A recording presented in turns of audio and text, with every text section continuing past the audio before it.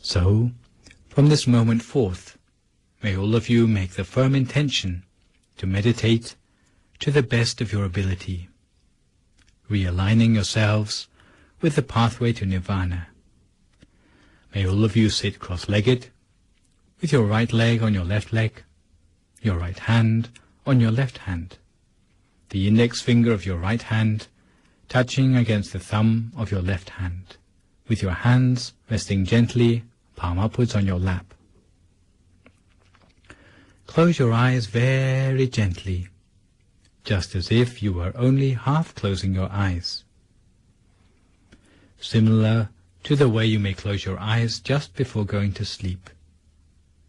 Never squeeze your eyes closed, and make sure there's no pressure around your eyes. You'll have no tension around your eyes, and your body will be completely relaxed.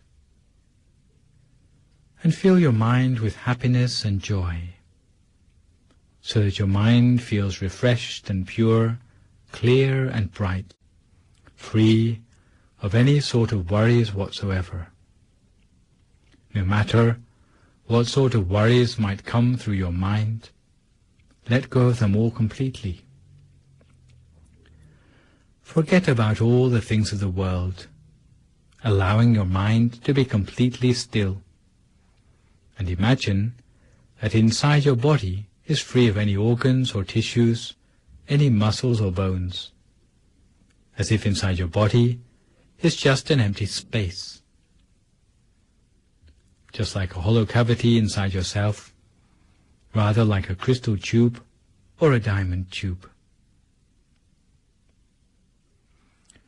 Today, as we meditate, we take the opportunity to revise some points of technique in meditation which will be particularly useful for anyone who feels that they are being held back in meditation by insufficient understanding. We have all been doing the 10 items of homework mentioned in the Dream Kindergarten every day, practicing regularly. We have already started to understand the most efficient way to bring the mind to the center of our bodies.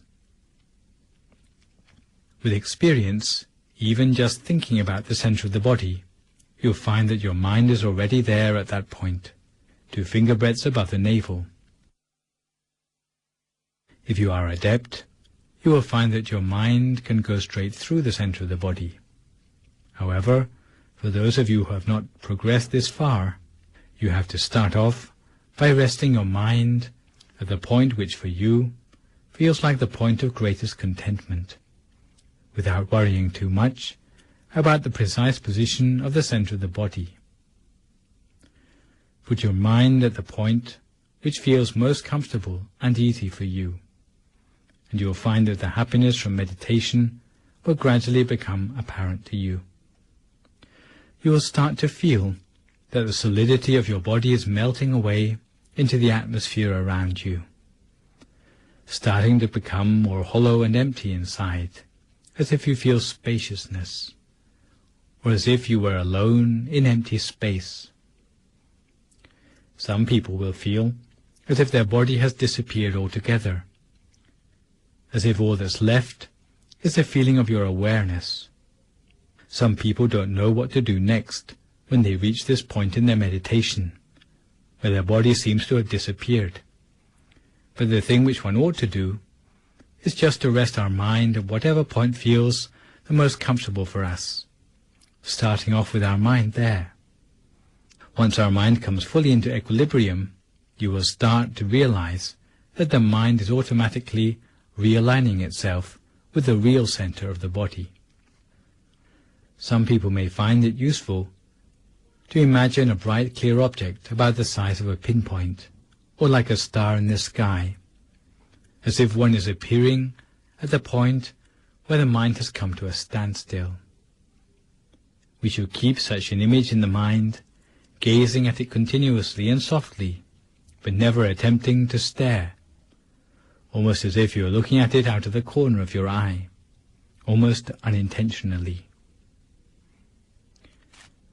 If we can observe it in the proper way, without using too little or too much effort, in doing so, before long we will be able to perceive something, However, if we use too much force, it will disappear.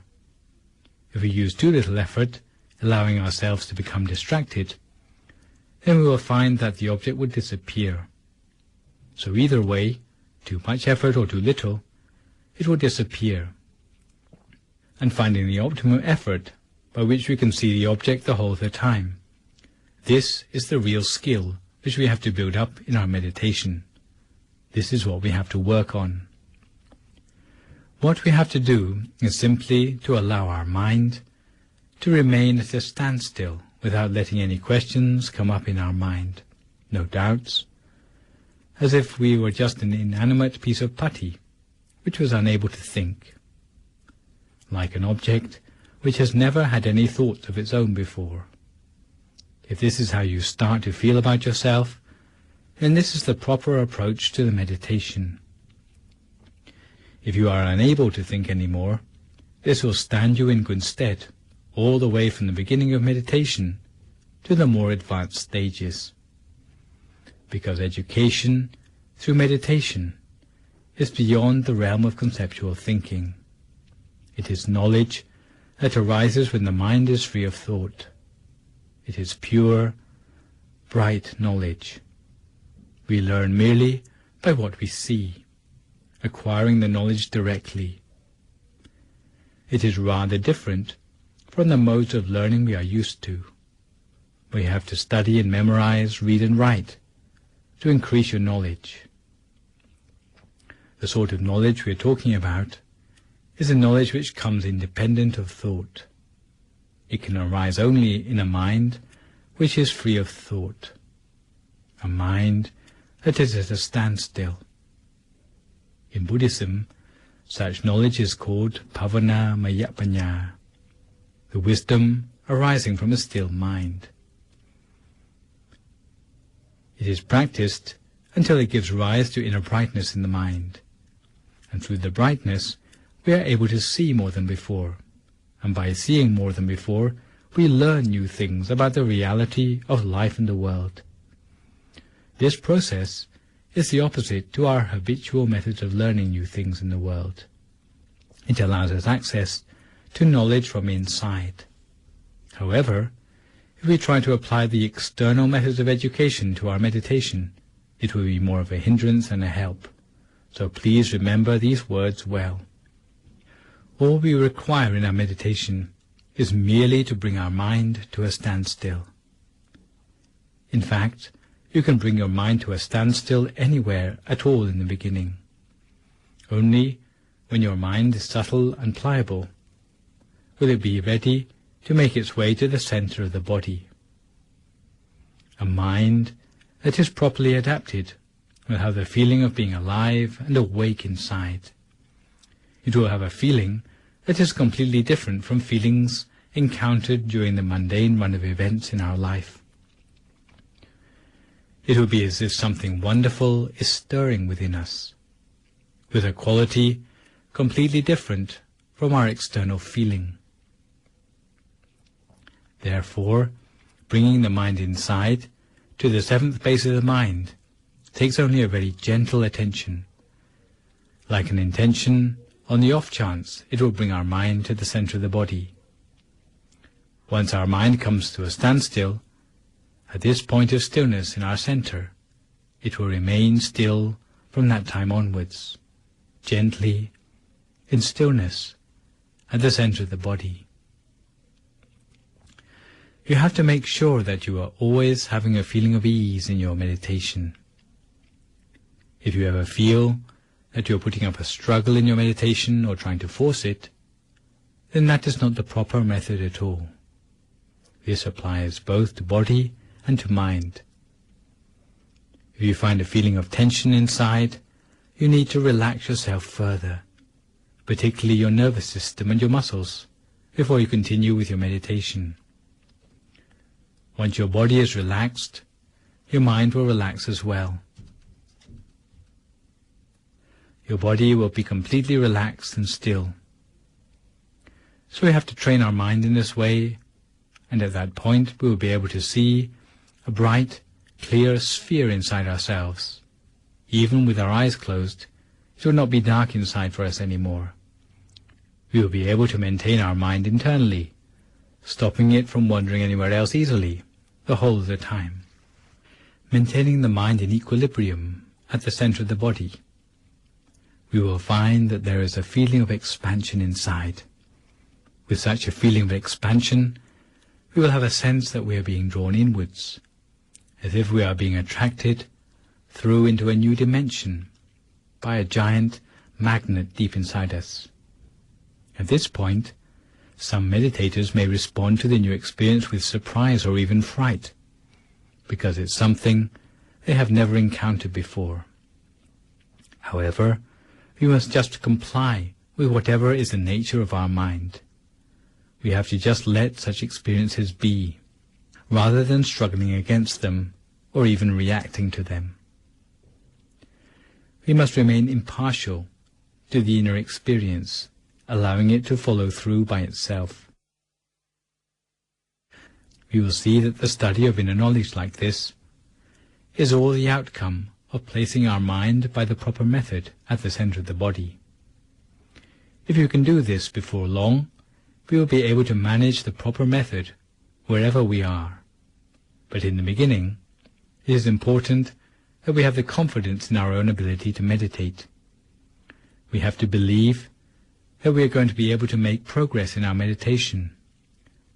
We have to believe that it's merely a question of having a proper understanding of the method. Thus, all it takes is to study the method properly, and you'll be able to make progress. Don't go doubting your potential to make progress in meditation. Some people tend to dwell on the bad deeds they've done in the past, thinking that they are at a disadvantage in meditation because of them. Others think they've had a clouded mind for the best part of their life, and it's going to be impossible to teach an old dog new tricks. Such thinking is not worthy of DMC viewers. If we lack confidence in ourselves, we can't expect to make a success of anything. The fact that even with our eyes shut, we can spoon food into our mouths or point directly to the tip of our nose should dispel any doubts we have about bringing the mind to the center of the body, because after all, you already know everything about the meditation technique you need to know. All the know-how necessary to achieve success in meditation has already been put at your disposal. Nothing has been kept back. You have to train yourself and devote yourself passionately to the practice of meditation in every spare moment you have, because this is the knowledge that is the most important knowledge in life. Even though you might have got yourself a doctorate degree, it can only ever help you to earn your living more easily, or to win acceptance in the eyes of society, to bolster your reputation. But once you come to the point where you're on your deathbed, even the best of academic knowledge will not help you to get a better place in your afterlife. But the things we're studying here, to do with the stillness of the mind, these are the things which are the most important of all. They are the real knowledge of life, and we must give this knowledge due importance. You can train yourself in meditation any time and any place, when taking a wash, washing up, sweeping the garden or mopping the floor. You can train yourself to keep your mind at the center of the body the whole of the time, whether standing, walking, sitting or lying down. Even when paying a visit to the restroom, you can train yourself in meditation while sitting there. You already know all the principles of maintaining subtlety of mind, maintaining mindfulness and self-possession hand in hand, regularly and consistently. You can imagine a visual object at your center if you wish, or you can simply rest your mind at the center while observing whatever arises there spontaneously.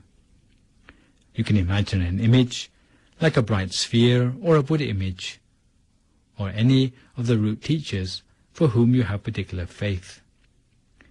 You can even think of something as simple as a piece of fruit. Any image will serve for this purpose, as long as it's not an image that stirs up unwholesome emotions in your mind. When imagining the object, you already have all the know-how you need, such as using only the gentlest of effort when imagining.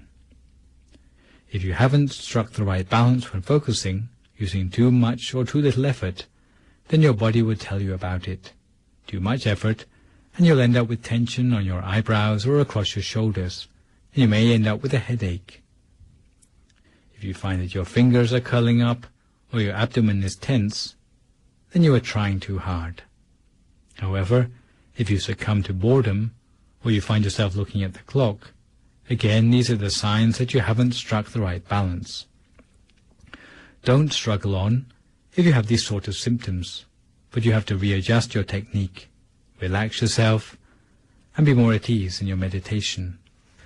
Once you are back on the right track, the sign will be a sensation of bodily lightness and expansion inside yourself, and your mind will feel light, pliable, and easy to work with. You'll feel that time passes by more quickly than it really does, and you'll feel that you don't want the meditation to come to an end, as if you'd like to extend the length of your meditation, as if you've been glued to your meditation mat. When your meditation is going well, your body will automatically set itself up in a position of poise, where the body seems to inflate itself into the most elegant and upright of postures. When we feel that we are happy with our meditation, when we have a smile on our face, these are all indications that we are on the right track with our meditation technique. On the contrary, if the more we sit for meditation, the more upset or depressed we feel, then this would show that we have not adjusted our mind in the proper way. If you start out in meditation looking as if you are 20 and end up looking as if you are 40, then you need to readjust your meditation technique. You know the difference between right and wrong technique perfectly well, so all that is lacking is the confidence that we can achieve success in meditation, and to train ourselves continuously while being observant of all the things which aid or obstruct our progress. Of all the things which aid or obstruct our progress. Once we are properly adjusted, body and mind will be clear and bright. Simply putting our mind at the center of the body will cause the sphere there to expand, and we will fall through the center to find the next sphere inside. As the mind comes to a standstill at the center of that sphere, then there will be a new one, brighter and clearer than the last, appearing at the center. And before long, we will be able to attain the inner bodies and attain the body of enlightenment within ourselves, exactly according to the recipe for success discovered by the great abbot of Wat Phak Nam. Because all of these things are inside the body of every person, and that includes us too. We know the difference between right and wrong methodology. So therefore, we should train ourselves continuously, according to the proper way. Don't be lazy, and don't prevaricate about getting down to meditation in earnest. And when you feel your meditation is going well, don't give up immediately, but give it a little while longer than usual. Don't go thinking, today I've had a good meditation, but I'm in a rush to go to bed. I guess I'll be able to sit for meditation even better tomorrow. Never think like that, because the opportunity for meditation to go well happens only very rarely. All the effort we have invested in our meditation is made worthwhile by the days when our meditation goes well, so don't waste it.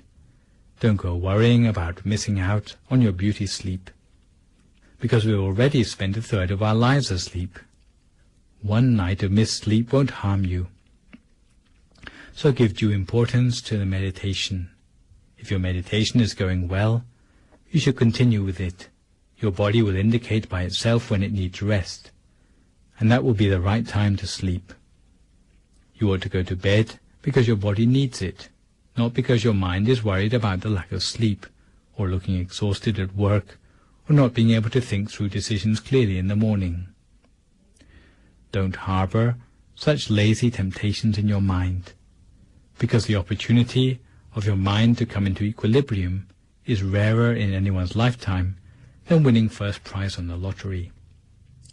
So if you find your meditation is going well, then know it's useful to continue for meditation longer than usual, and this will help you to go much further, because the results of making even a one-time breakthrough in your meditation will stay with you for the rest of your life.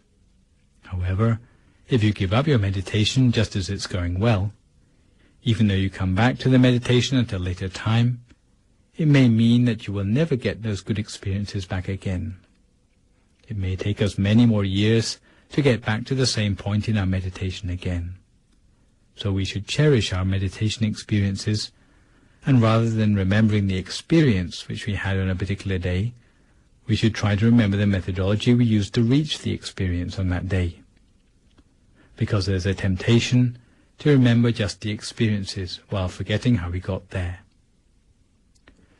So take care to remember all the advice and know-how mentioned today, because one day it will allow you to attain the triple gem inside yourself, and you will literally be able to have the triple gem as your refuge all your life, with happiness from the moment you attain it, leading you to the fortunate realms after your death, allowing you to study about the reality of life and the world. And when you come to do meritorious deeds, even though the amount of the meritorious deeds may be small, the amount of merit we gain will be large. It will allow our mind to be radiant the whole of the time. There are countless things which we can attain if we reach the triple gem inside ourselves. So anyone who is sleepy, fatigued or tense in their meditation should allow themselves to fall asleep at the center as they sit, and continue with their meditation when they wake up. Anyone who has aches and pains should change posture. If your stream of thoughts is never-ending, open your eyes and close them again. May all of you be fulfilled in your wish to attain the triple gem inside yourself. Now, each their own meditation for a few more moments in silence until we come to the appropriate time.